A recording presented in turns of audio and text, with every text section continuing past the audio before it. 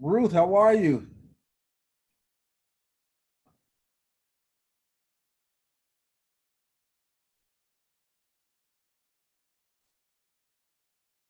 No, I can't hear you yet. You can't, can you hear me?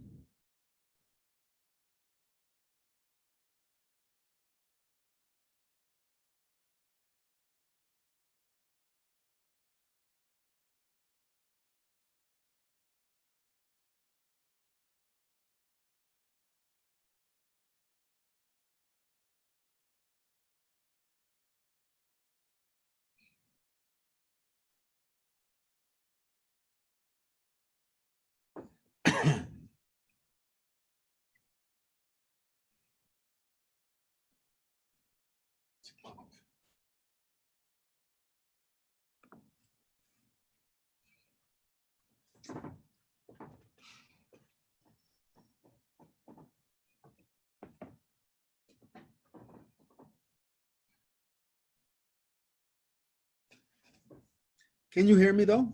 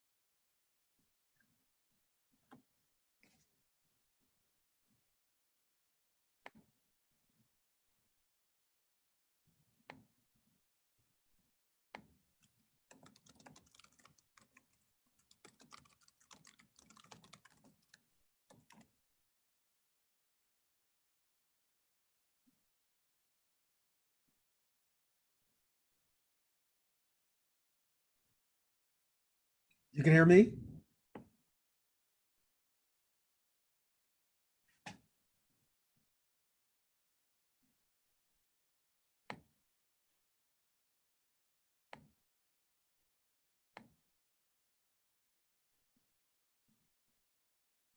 It looks like you're connecting though.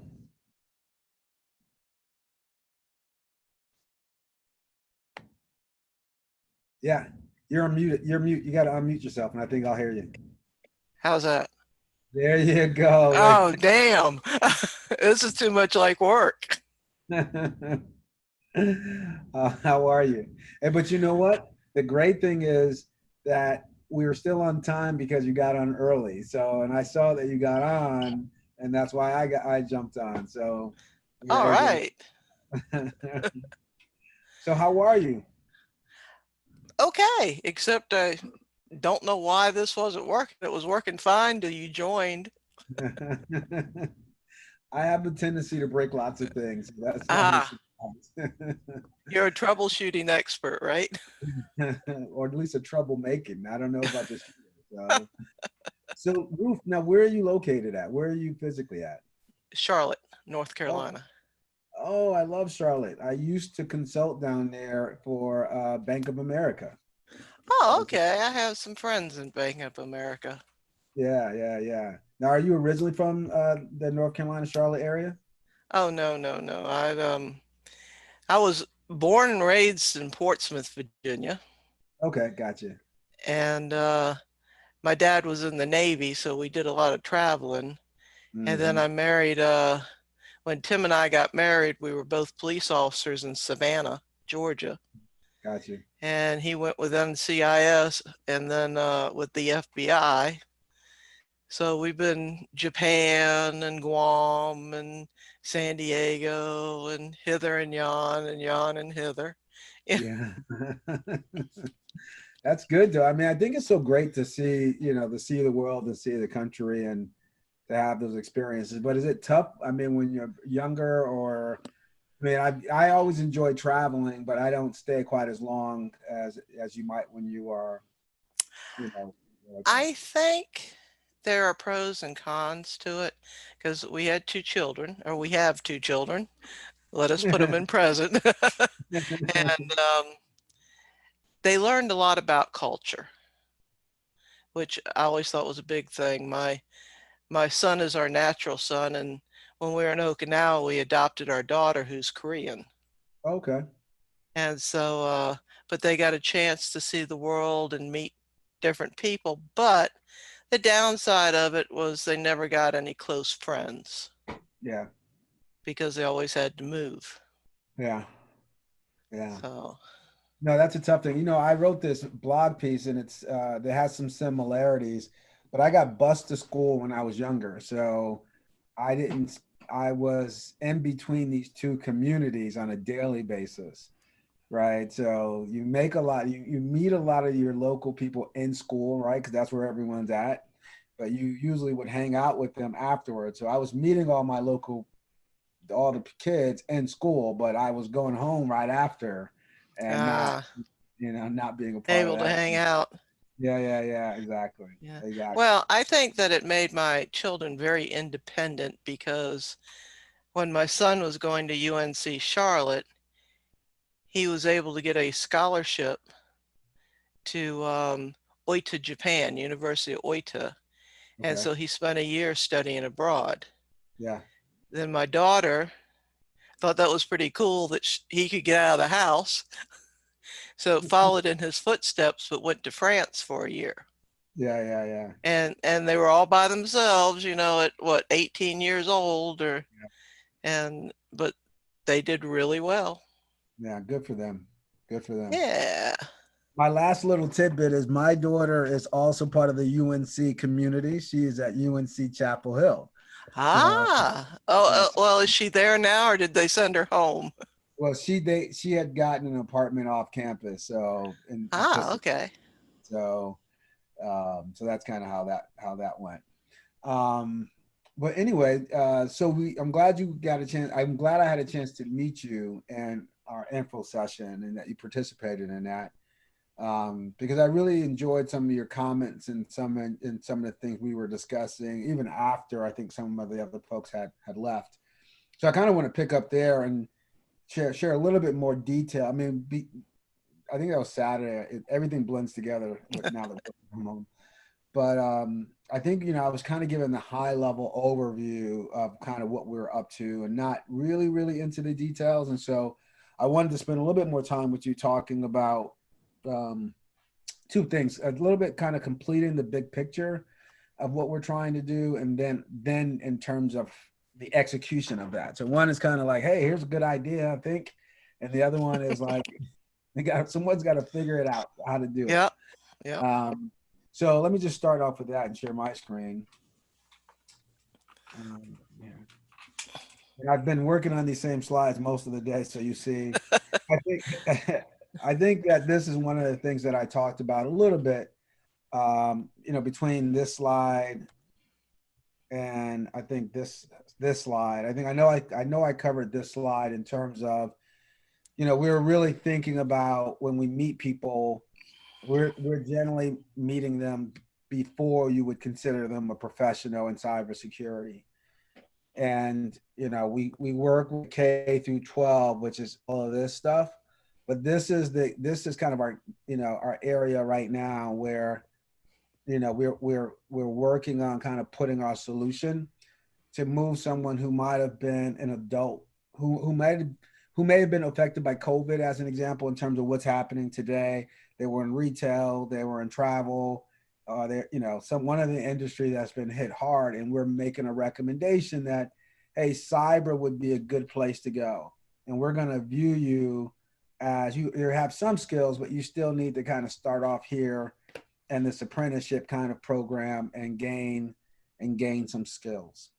And we have several different target portfolios, like veterans or area transitioning veterans represent an area, folks who we want to work with. But right now, the big thing is those people who are unemployed, who are going to get at least a training class to get a certification for something. So, and cyber. So my first question to you would be, if you had someone who was doing that, where would you start them off and what certification would you focus them on? I would actually start them off looking at your introductions to IT and just to see what their basics are. Yeah. Remember, a lot of people take these courses but never get their certifications. Yeah. And if you could combine your certifications in with your courses, that's going to be a tremendous help for all of it. However, I do know that the cost of certifications are very expensive. Can But be, it, sure. yeah, Can be. but somehow you could join forces with, like we joined forces with Cisco. And Yeah. so we actually were able to get our students vouchers to take their certifications. Yeah. CompTIA is very good about that. So, okay. So, and we have these partnerships, right? We have this Yeah. also with IBM, right? Because they want a platform and it's an interest for them to get badges and things like that.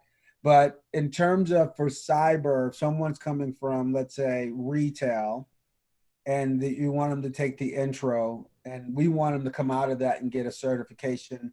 What is that you're saying? What is it that you would recommend if they want to go into cybersecurity as a career path? Well, they need to know the principles. They need to do a CSSP. They need to do they need to go into the hardware aspect of it so that they can understand what they're seeing.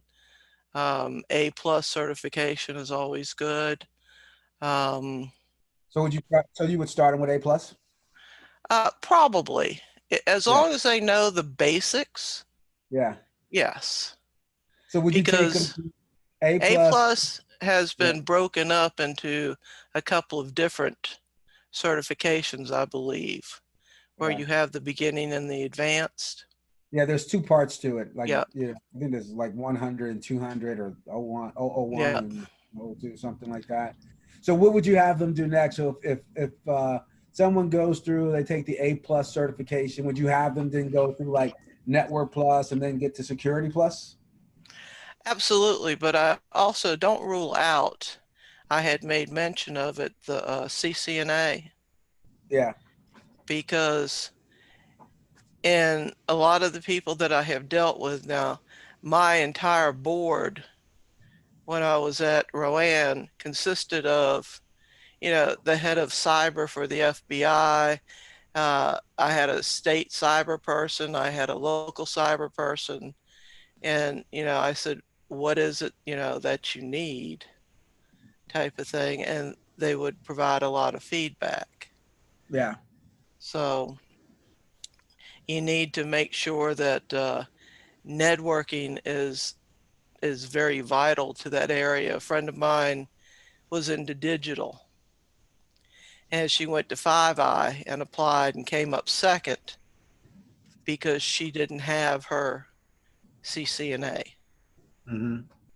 But I think And some of that is going to be, then you get into a little bit more role specific in terms of where you might need to concentrate, right? So, if I want you to, if I'm thinking now just not only where I'm training you, and obviously you need the basics, the foundation, but when I start thinking about you getting a little bit more specificity in terms of what your skill set will be, if I want you to help me run a security operations center, and you're going to be, first level triage or something like that.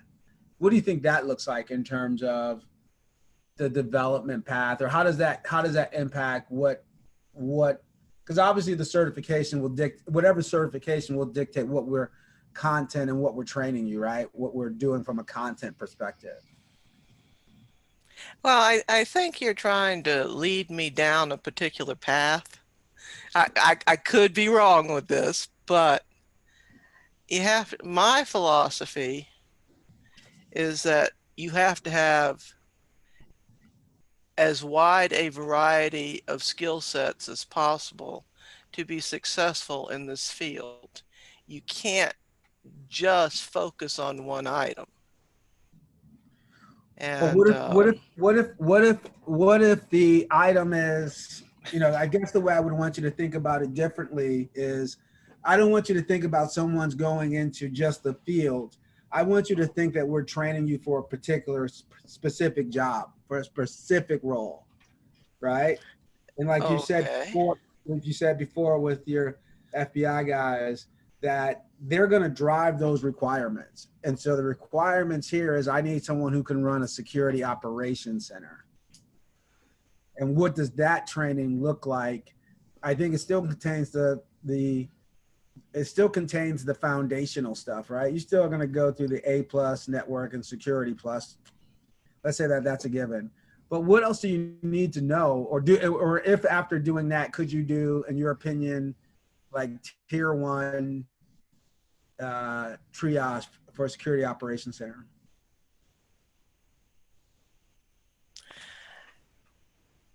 I will be truthful. I would really have to map this out.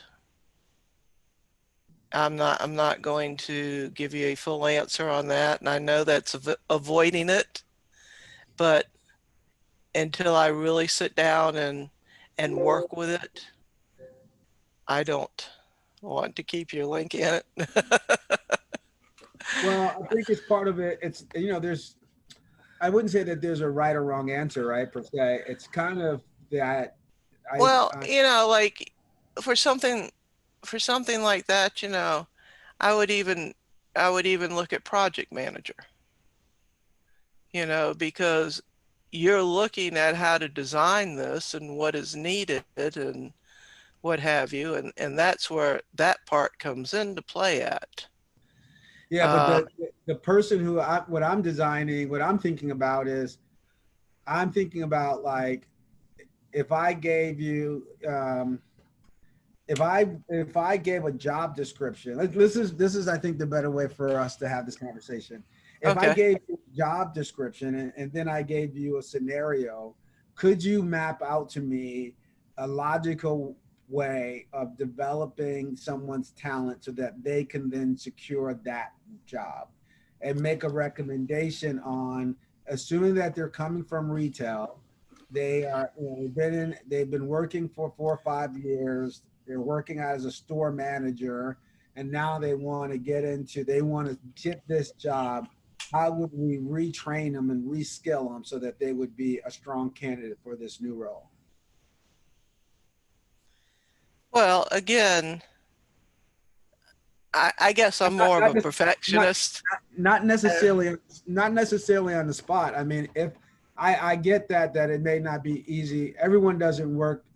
Some people need to have their own process of how to get to that answer, and I respect that. And I'm asking, if I gave you those parameters, would you be able to return to me yes. with thoughts? Okay, because I think that would be, I think that's what we should do.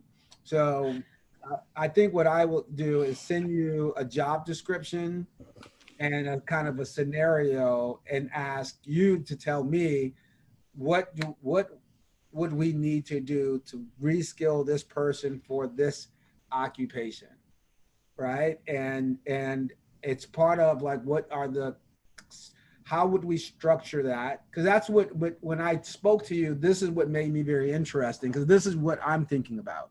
I'm thinking about just that issue. How will I retool, reskill you for this specific position? And the reason why the position has so much specificity into it is because this is what I personally will need to bring my service to the marketplace. And so it's, how do I design that internal training, right? Thinking about it as internal training, but yet it could be for anyone, even if they don't come here and work for me, it'll still be beneficial. But for me, as I mentioned, with my approach, my key driver for being in this space is for me to look for talent that I can then employ to then deliver these other services. And based on your comments about our discussion about what may be some opportunities to improve upon our existing university's approach, I thought that this would be good to see, hear your thoughts and how that might be integrated, because I think there's a role for someone to play who can help us think that through and help us execute that. And that's really what I'm interested in seeing, how well you're aligned with some of the things that we're thinking about, um, how maybe you're adding value to things that we haven't thought about, and then giving us both an opportunity to coalesce on that, so that you have an understanding of what we're trying to accomplish, and we feel confident that this probably is a role that you could do if you were interested in doing it. That makes sense? It does make sense. I have a couple questions for you, just kind of off the topic just a little bit. You Sure, mentioned absolutely. you mentioned veterans Yeah. that you were, what effect does this have on their the money that the veterans get? I mean, will it cover Yes. your classes? Yes, yes. The anticipation is that the veterans will be able to use their GI Bill in a similar way as UMGC to fund the courses and their training and development. And as I was looking, kind of glancing through your little section that you put up, you were actually doing K through 12 to begin with. Is that correct? And then you moved higher? So, so if the way I try to answer that question is, let's call ourselves cyber pros in the broadest sense of the word. We're cyber pros. And my point is that, what, when I was in middle school, I was already on the path to being a cyber pro, right? Because I'm still the same person. They And all are. that's right. That's right. Even more so today. I Absolutely. know. Even more so today. So yeah, so the thing is that the more that I can expose you and build those skills that are needed, even if I don't tell you what those skills are, if I'm deliberate about what skills I'm teaching you, then because a lot of those skills are transferable, obviously. And So I was going to ask you, speaking of transferable, mhm. do the people taking these courses, are these transferable to a 4-year university? So we haven't tried to make that transition. And I think, that's a great question if we will do that. Um, and I don't know. I mean, it's one because we're as part of this is on the policy side, because what I'm most concerned about are at-risk populations. Mm-hmm. And what I'm thinking is, well, why should I send you to a 4-year college to spend 250 grand when someone will pay you to actually teach you? Well, that's And kind of like what Trump was saying earlier, is that you don't need a degree from a university, that as long as you get the skill sets. And that's why he was promoting the junior colleges and the community-based learning. yeah, so I'm all for on the job training, right? So Yeah. OJT, and it's packaged up in a few different ways, but yeah, I think that what we want to be as we mature and grow is an alternative path into the workforce. And that's kind of how I kind of try to position it. Well, That the you reason don't, I yeah, had go ahead. asked was because you had started separating grade levels, Yeah. and I actually did my dissertation on early college. Okay. Okay. And that's why I was asking about the transfer of credits, whether or not they could, if you could get them to transfer into We could, credits that we way. could, we could set ourselves up for that, but it's just the higher education has just become just truly a money game. It's just that Yeah, there's but with the early college, you're dealing with just high school. You're not, you know, they're going to walk out of high school with yeah, an AA.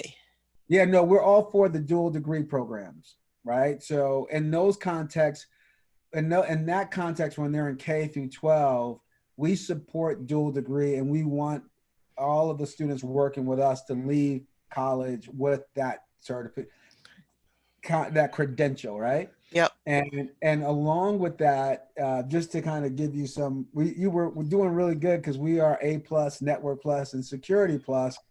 That our model is designed that we should teach you A plus in 10th grade, Network plus in 11th grade, and Security plus in 12th grade. Have that be a year-long program, and that you leave with the AA and then those 3 degrees. And the question is, if I gave you that and you left high school with all that, would you really even need to go on to college, or could you just go into the workforce at that point? You could start at a basic level at the workforce, but you would need more than that, I think, to, You would, yeah. but the point is that for me, it would be a selection of organizations, because then I would say, well, why don't we get you to go work for an Amazon or for an institution that's going to invest in your development? Oh, you mean Bezos with the $200 billion portfolio now? Is that the one you're talking about? Or others that I mean, the reality is that there are a lot. I mean, again, my concern is about folks who are low income, right? And Yeah. that represents where I started from. So I think that I question the value proposition of a 4-year institution of the private sector, when, like, I studied physics in undergrad, and I didn't go out and become a physicist, right? Yep. So the direct correlation between what you're studying and investing in. Now, I think physics it's not named kinetic potential for nothing, right? So physics had a big impact on me. And so, and I just recently, I'm not teaching at UMGC this semester, but because I just took a physics adjunct position in my hometown. Ah, So yeah, yeah. Like, I need one more thing to do, but I take exactly. it on anyway. That's why I'm talking to you and not automatically Yeah, signing on the dotted line. yeah, yeah. And that's why I'm talking to you, so I can make sure I got some people in here to do this other stuff while I go off and do some physics. um, but yeah, I mean, I think that we want we the other thing that really is about our organization is that, and particularly from a solution perspective, I don't think that there are all these resources that are available for people and entitlements and that are marginalized. Like the same thing with the veterans, right? Every veteran can go through and get this education, but they don't all do it, right? Even though it's going to be funded by the government. And so, and a lot of times it's just that you haven't had someone tell you or lead you or motivate you to actually execute those things. So the things that are available to kids while they're in K through 12 in a public setting, we want them to take full advantage of that so that we can put them in the best place possible. If you're low income, you may need to go to work immediately for your family and to generate revenue.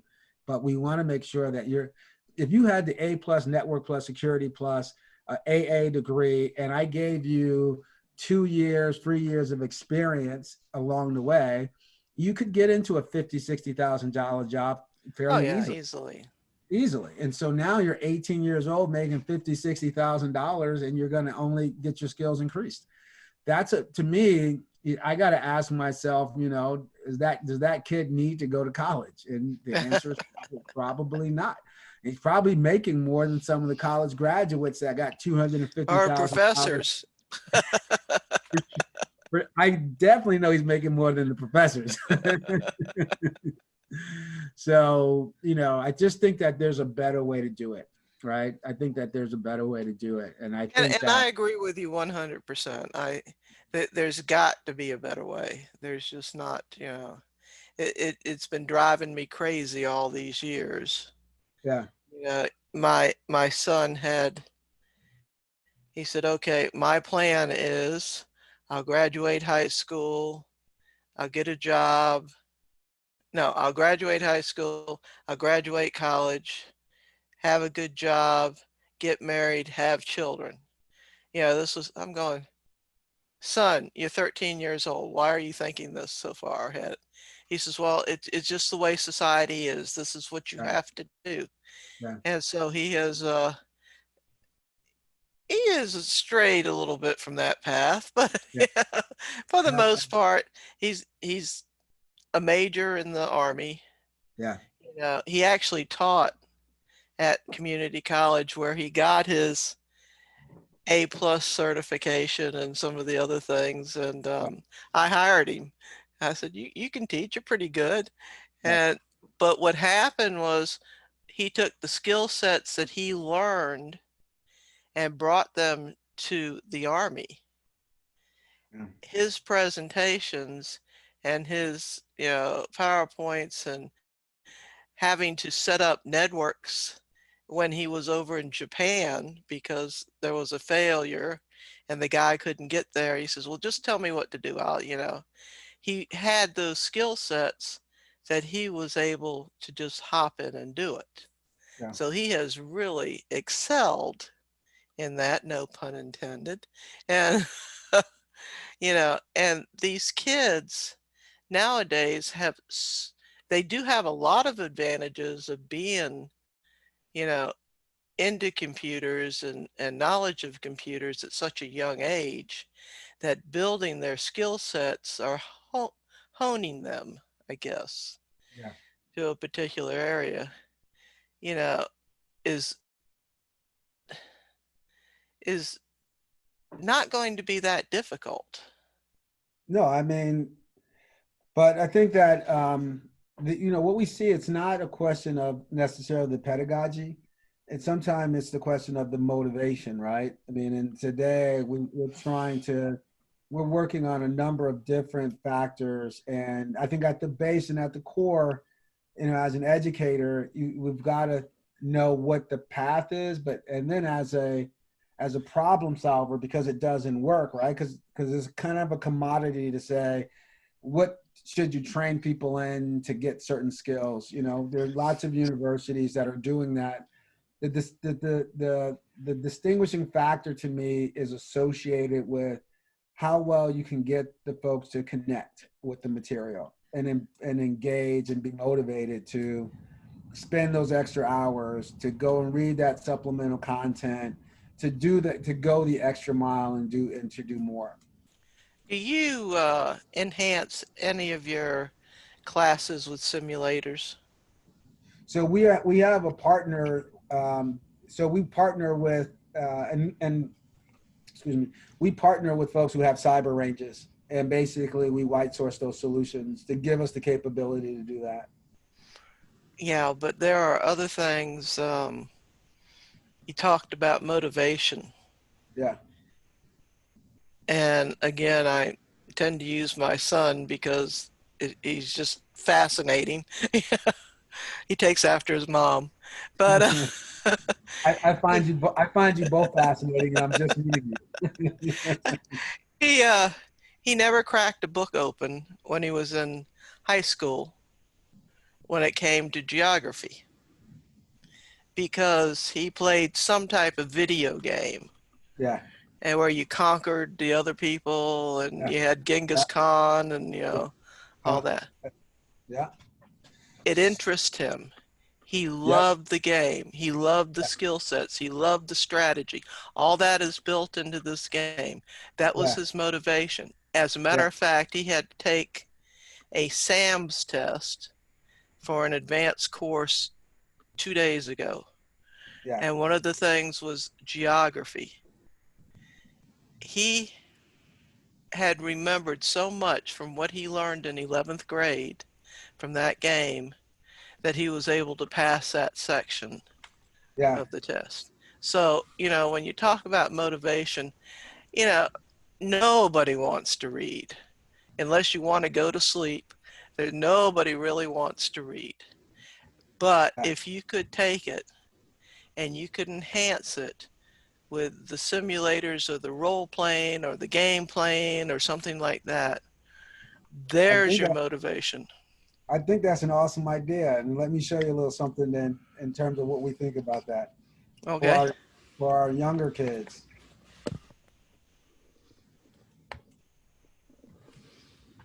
This is a third grade lesson that we teach and helping. So when we're working about, so it's true that when you're younger, we want to leverage that interest in video game technology to capture your interest and to allow you to navigate. But here we're teaching you about the ruler and measuring and giving you something to do and allowing you to pick out the clothes and to design your avatar. But the lessons, this is called immersive education, but the lessons are designed to engage students in that same kind of technology that they're interested in and to be able to incorporate that, as you're saying.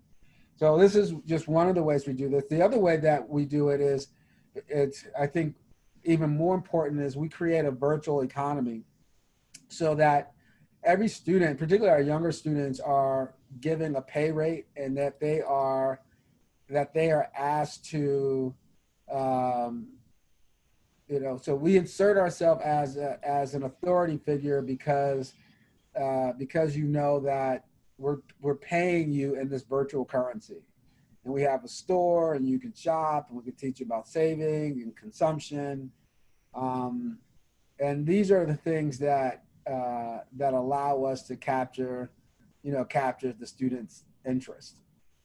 So I wholeheartedly agree with you, and obviously, I didn't just make this up while you were talking.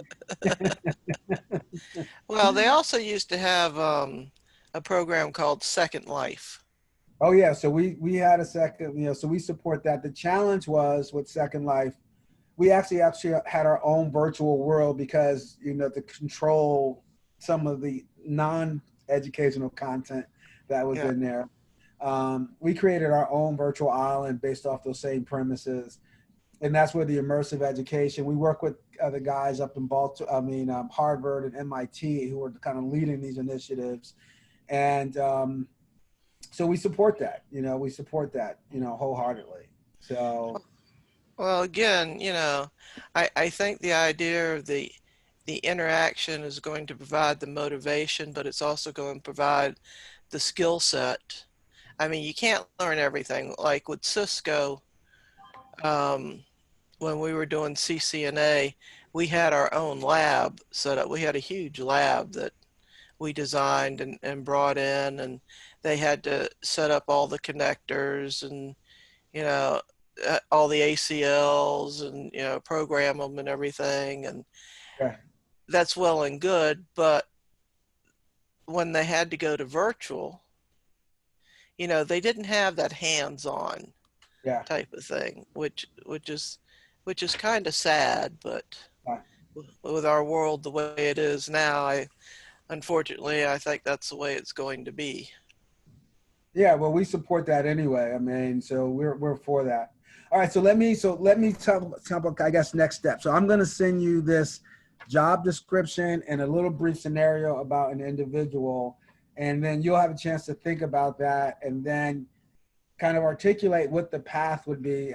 It's what certification should we get them, and maybe just kind of the objective of the courses of how how that happens. And I think that we can come back to, and from there and talk about that, and maybe bring our our thoughts on what the right next step should be from there. Sounds good. So I'll send you that tonight. When do you think you will be able to return it to me? What is today? Thursday? Yeah. Let's see. If I don't wake up until midnight, um, probably within 24 hours. Okay, that's good. So then can we talk again over the weekend about it? Oh, we can. Yeah. When would you like to discuss this? If you're going to give it to me tomorrow, I'd like to talk about it like Saturday or Sunday. Okay. How about sometime after 2 on Saturday? That works. That works. So I'll look at my schedule because I'm always in meetings on Saturday. As I think I was telling you guys, I think I might have got there a couple of minutes late because I was coming from another meeting. Oh, and that's fine. I mean, I'm just, anytime after 2, it can be up to midnight. I don't care. Okay. It won't be that late. Not that I'm not in meetings that late. It just, I won't have to, I won't do that to you until you sign on the dotted line. And then I see. All right. Well, thank you so much. Again, I enjoyed talking with you, and I have your email and everything, so I'll get this over to you later today, and then I look forward to talking with you on Saturday. Well, we'll see how it goes. I'm sure it'll go great. Thanks, Jim. I'm very confident it'll go great. Thank you. Take care. You take care. Bye-bye. Bye-bye.